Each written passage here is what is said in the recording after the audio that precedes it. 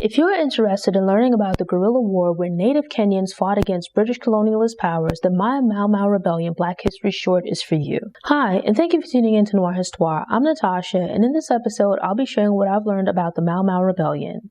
It began in 1950, ended in 1963. Its notable war, location, Kenya. In the late 1800s, the British presence was still relatively new to the Kenyans, and the tribes functioned independently, so they responded differently to the encroaching British colonists. Some groups were welcoming, while others were skeptical and even confrontational. The British, on the other hand, were very willing to utilize force to control the Africans. Random shootings and execution campaigns were carried out to terrorize the locals, and Africans who collaborated with the British were granted not just protection, but also power and resources. As in South Africa, when the colonists began to settle in the area, they pushed Africans off the land, which they then claimed for themselves. No longer relying solely on violence, laws were then introduced to further transfer the ownership of fertile land to colonists. The Crown Lands Ordinance Act of 1915 dropped all pretense and stripped native Africans of their land rights. By the 1940s, Kenya was overrun by Europeans who had arrived in waves following each of the world wars, as well as Indians who had initially come to Africa to work on various construction projects. Most Europeans and Indians lived relatively comfortable lives, with some enjoying great wealth in Nairobi. Throughout the country, huge tracts of land were owned by a few thousand European families. Meanwhile, a sizable portion of the native Kenyan population was struggling to survive. They were treated as second-class citizens in their own country, with few opportunities or basic rights. Though forming the majority of the population, Kenyans were relegated to overcrowded slums located on the outskirts of Nairobi, and rural Kenyans were forced to live on reserves. In 1942, the Kenyan African Union, the KAU, was formed, and within a few years, Jomo Kenyatta and other members were advocating for reform. But frustrated by the lack of progress, militant activists within the KAU formed a secret society called the Mau Mau. Due to its secrecy, exact details about the group's founding are unclear. On a basic level, by 1950, the Kikuyu tribe's population was estimated at over 1 million, making them Kenya's largest ethnic group. Dating back to early colonialism, this was one of the groups that had been targeted by the British execution campaigns.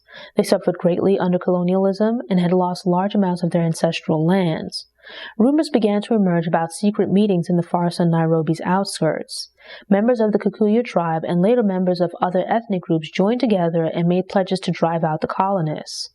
Things came to a head in the second half of 1952, when the homes of Africans who refused to join the Mau Mau became the targets of arsonists, and a senior chief was assassinated after criticizing Mau Mau tactics. The government declared a state of emergency, and British troops were deployed to maintain control.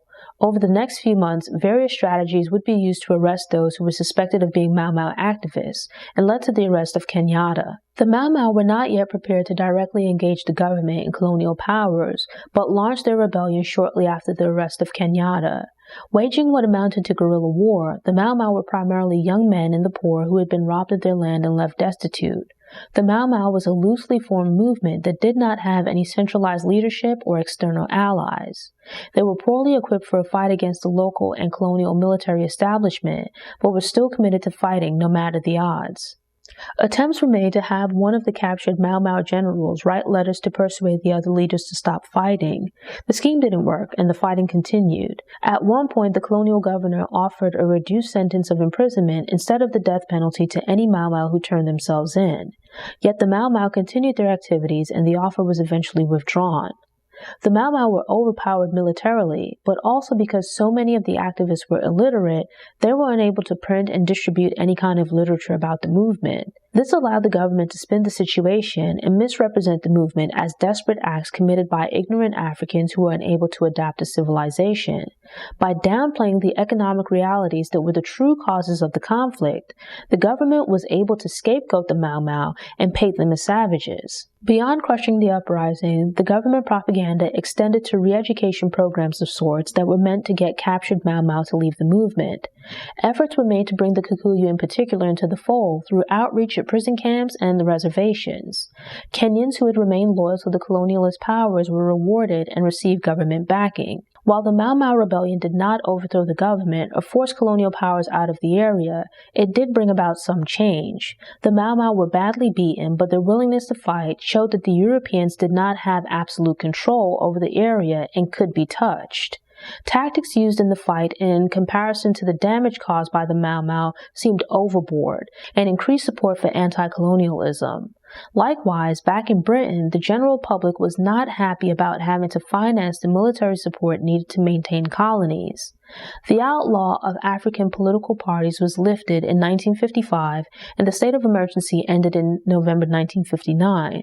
During the conflict, an estimated 70 to 100,000 plus suspected Mau Mau were arrested, while an estimated 10 to 13,000 were killed.